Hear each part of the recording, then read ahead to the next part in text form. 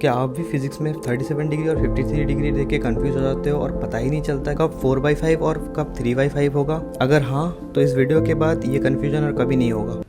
देखो, right angle triangle में सबसे बड़ा साइड होता है हाइपोटेनस, और जिस वाले एंगल के रिस्पेक्ट में हम लोग एनालिसिस कर रहे हैं उसका ऑपोजिट साइड जो होता है वो होता है परपेंडिकुलर, और जो बच गया उसको हम बेस बोल रहे हैं। हमें पता होता है कि perpendicular square plus base square होता है हाइपोटेनस का स्क्वायर, विच इज आपका पाइथागोरस थ्योरम। अब अगर हम स्केल से देखें तो हमें यहाँ पे देखने को मिलता है कि बेस जो अपने पास है वो है 4 यूनिट्स, परपेंडिकुलर जो है वो अपने पास है 3 यूनिट्स।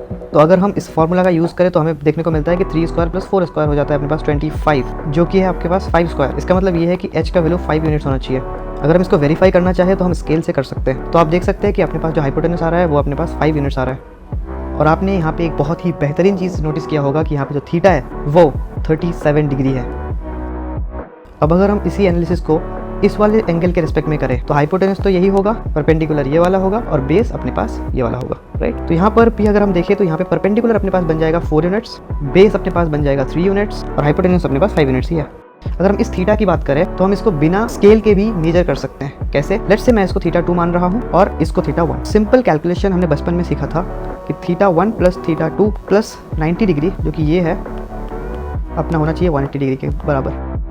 तो इससे हमें मिलता है कि थीटा 2 जो है वो अपने पास 53 डिग्री। तो अब आता है अपने पास मेन पार्ट। देखो, हमें पता है कि साइन थीटा जो होता है वो होता है perpendicular upon hypotenuse, cos theta जो होता है वो होता है बेस अपॉन हाइपोटेनस। तो इस ट्राइंगल से हमको सिंपली देखने को मिल रहा है कि साइन 37 डिग्री हो जाएगा 3/5, कॉस 37 डिग्री हो जाएगा 4/5, साइन 53 डिग्री हो जाएगा 4/5 और कॉस 53 डिग्री होगा 3/5। तो आप खुद से tan 37 डिग्री और tan 53 डिग्री को कैलकुलेट कीजिए।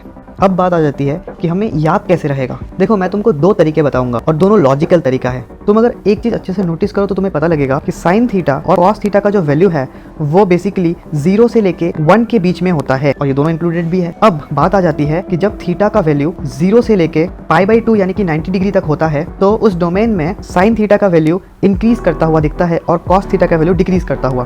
तो इन वैल्यूज में आप देखो कि 3, 4 और 5 का ही खेल है। तो अगर हम 37 डिग्री और 53 डिग्री में कंपेयर करें तो ऑफकोर्स 53 डिग्री बड़ा है। तो जब साइन की बात आएगी तो जो बड़ा वैल्यू है दैट इज 4/5 ये अपने पास आएगा। जब कॉस की बात आएगी तो छोटा वैल्यू है विच इज 3/5 ये अपने पास आएगा।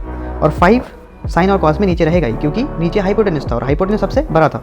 सिमिलरली साइन 37 डिग्री अपने पास 3/5 होगा और कॉस 37 डिग्री अपने पास 4/5 होगा। और एक तरीका ये है कि आप ये ट्राइंगल को बना लो, और ट्राइंगल बना के जो छोटा एंगल है विच इज़ 37 डिग्री उसके सामने हम छोटा साइड आएगा विच इज़ 3 यूनिट्स, और जो 53 डिग्री है उसके सामने जो साइड आएगा वो होगा अपने पास 4 यूनिट्स, और हाइपोटेनस तो बड़ा ही है, राइट। तो अगर आप ये सब चीज़ें याद रखेंगे तो आप कभी भी इस चीज़ को नहीं भूलेंगे।